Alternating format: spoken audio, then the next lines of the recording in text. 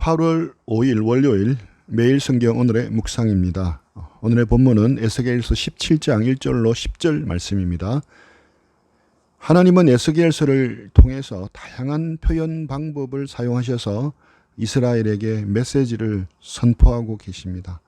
직접 엄중하게 꾸짖기도 하시고 때로는 표적 행위라는 특이한 행동을 하게 하심으로 메시지를 선포하기도 하십니다. 또한 다양한 문학적 표현 방법도 활용하십니다. 16장에서는 속담을 인용하기도 하고 비유법, 대조법을 통해서 설명하기도 하십니다. 오늘 17장에서는 알레고리라는 표현 방법을 사용하셔서 메시지를 선포하십니다. 추상적인 것을 구체화시켜서 쉽게 이해하도록 하기 위해서 사용한 방법입니다. 우리가 잘 아는 이솝우화나 철로 역정이 대표적인 알레고리 표현 방법입니다. 우화 또는 풍자라고 할 수 있습니다. 수수께끼처럼 숨은 뜻이 이면에 감추어져 표현되는 경우가 많습니다. 하나님은 이 알레고리 방법을 통해서 오늘의 메시지를 전하고 계십니다. 17장 1절 2절 말씀입니다. 여호와의 말씀이 내게 임하여 이르시되 인자야 너는 이스라엘 족속에게 수수께끼와 비유를 말하라. 이스라엘 족속에게 수수께끼와 비유를 말하라 하는 것은 알레고리 방법을 사용하셔서 메시지를 전하라는 의미입니다. 마치 스핑크스의 수수께끼를 떠올리면 이해하기 쉽습니다. 아침에는 4발, 오후에는 2발, 저녁에는 3발로 걷는 것이 무엇인가? 이 수수께끼를 풀려면 궁금함을 가지고 세심하게 관찰하고 연상할 수 있어야 풀 수 있습니다. 에스겔은 말씀을 듣는 사람들에게 궁금증을 자아내게 해서 생각해보고 그 답을 찾아보도록 하기 위해서 이 말씀을 전하는 것입니다. 한글 성경에서는 구분할 수 없지만 3절부터 10절까지 오늘의 본문은 산문이 아니라 운문 형식의 글입니다. 17장 3절 여호와께서 이같이 말씀하여 이르시되 색깔이 화려하고 날개가 크고 깃이 길고 털이 숱한 큰 독수리가 레바논에 이르러 백향목 높은 가지를 꺾되 4절 그 약한 가지 끝을 꺾어 가지고 장사하는 땅에 이르러 상인의 성읍에 두고 이 우화에 등장하는 것은 독수리와 백향목 높은 가지입니다. 크고 화려한 큰 독수리가 레바논에 옵니다. 그리고 백향목 꼭대기 가장 높은 가지, 즉 새로이 돋은 가지 중에 가장 높은 가지를 꺾어서 상인의 땅으로 가져가 장사꾼들의 성읍에 둡니다. 그렇다면 이 독수리는 누구를 상징하겠습니까? 레바논으로 날아온 크고 강한 독수리는 바벨론 왕을 가리킵니다. 그렇다면 백향목 높은 가지는 누구를 상징하고 있겠습니까?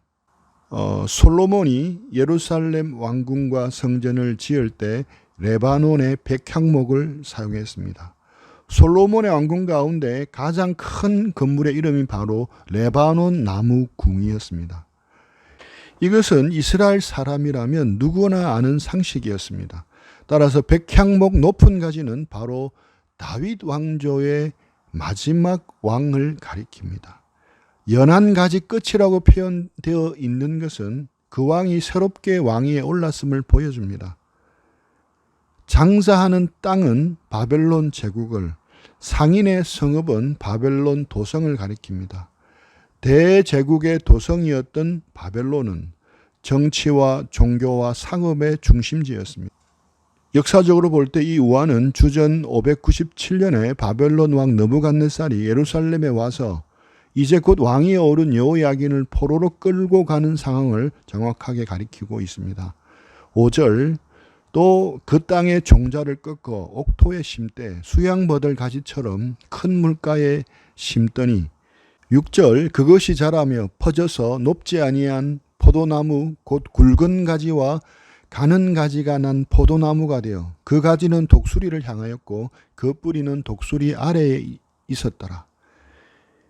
이 구절에서 큰 독수리가 역할이 바뀌어 정은사 이미지로 나타납니다. 큰 독수리는 이스라엘 땅에서 난 씨앗을 가져다가 기름진 밭 옥토에 심었습니다.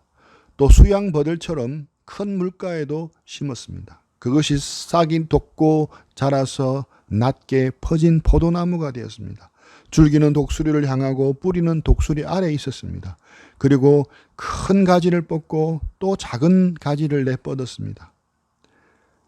특이하게도 큰 독수리는 백향목 꼭대기에서 다른 새순을 꺾어서 심지 않고 이스라엘 땅에서 난 포도 씨앗을 심습니다.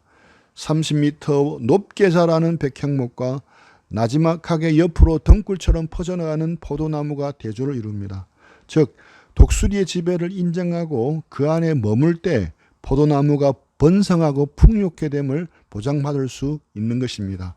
7절 또 날개가 크고 털이 많은 큰 독수리가 하나 있었는데 그 포도나무가 이 독수리에게 물을 받으려고 그 심어진 두둑에서 그를 향하여 뿌리가 뻗고 가지가 퍼졌도다.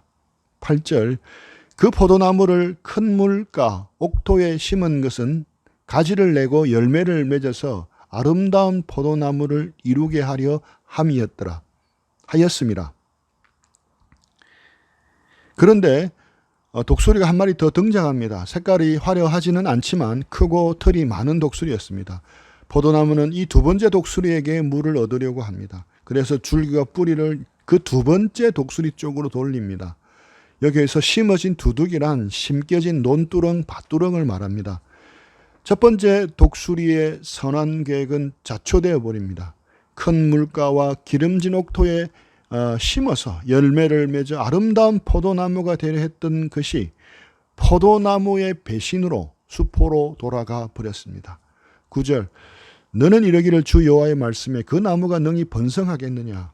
이 독수리가 어찌 그 뿌리를 빼고 열매를 따며 그 나무가 시들게 하지 아니하겠으며 그 연한 잎사귀가 마르게 하지 아니하겠느냐. 많은 백성이나 강한 팔이 아니더라도 그 뿌리를 뽑으리라. 어리석은 배발은 혹독한 대가를 치러야 했습니다.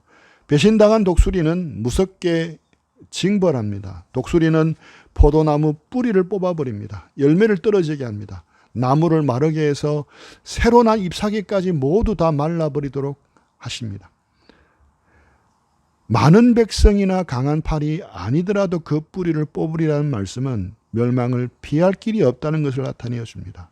10절 볼지어다 그것이 심어졌으나 번성하겠느냐. 동풍에 부딪힐 때 아주 마르지 아니하겠느냐. 그 자라던 두둑에서 마르리라 하셨다 하라. 그리고 동풍에 의해 심판하시겠다고 합니다. 동풍은 뜨겁고 건조한 사막과 광야 지역에서 불어오는 바람으로서 건조하고 뜨겁고 모래가 섞인 바람입니다. 그것을 통해 모든 포도나무를 다 말려버리겠다고 하십니다. 여기까지가 우화의 내용입니다. 내일 본문은 이 알레고리 우화에 대한 설명, 해석이 나옵니다. 하나님이 이 우화를 사용해서 이스라엘 백성들에게 이야기하는 것은 의외로 간단합니다. 친애굽하지 말고 친바벨론 하라는 것입니다. 당시에는 이스라엘 궁궐에서 친애굽파와 친바벨론파가 대립하고 있었는데 하나님은 에스겔을 통해서 친바벨론 해야 한다고 말씀하신 것입니다. 바벨론 땅에서는 에스겔을 통해서 또 1400km 멀리 떨어진 유다 땅에서는 예레미야를 통해서 하나님은 동일한 메시지를 이스라엘에게 선포하셨습니다. 친애굽하지 말고 친바벨론 해야 살아남을 수 있다. 그런데 이 말씀을 오늘날 적용한다 싶고 반미하면 죽고 친미하면 산다는 식으로 해석하는 것은 굉장히 잘못된 적용입니다. 하지만 분명한 것은 하나님의 약속의 백성들은 하나님은 약속의 백성들을 인도하신다는 것입니다. 복잡한 국제 정세에서 친바벨론 하라는 것까지 하나님이 계속해서 이스라엘에게 보여주시는 것은 하나님의 대단한 인도하심이라 여겨집니다. 시편 32장 8절 말씀이 생각이 납니다. 내가 내 갈 길을 가르쳐 보이고 너를 주목하여 훈계하리로다. 하나님은 우리의 갈 길을 가르쳐 보이십니다. 그리고 우리를 주목하여 훈계하십니다. 표준 세번역으로 보면 더 리얼하게 와닿습니다. 주님께서 말씀하신다. 네가 가야 할 길과 내가 너의 가야 할 길을 내가 너에게 지시하고 가르쳐 주마. 너를 눈여겨보며 너의 좋은 자가 되어 주겠다. 하나님은 우리가 가야 할 길을 지시하고 가르쳐 주십니다. 눈여겨보시고 조언해 주시겠다고 약속하십니다. 사실 하나님은 수시를 앞둔 고3 자녀에게 어느 대학에 넣으라고 인도하지 않습니다. 어느 직장에 원서를 넣으라고 저 사람하고 결혼하라고 꼭 집어서 말씀하지도 않습니다.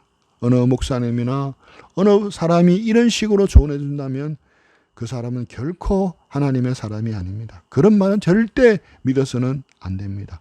하지만 분명한 것은 하나님이 우리를 인도하신다는 겁니다. 우리를 주목하여 인도하고 계신다는 것입니다. 그 다음 구절을 우리는 기억해야 합니다.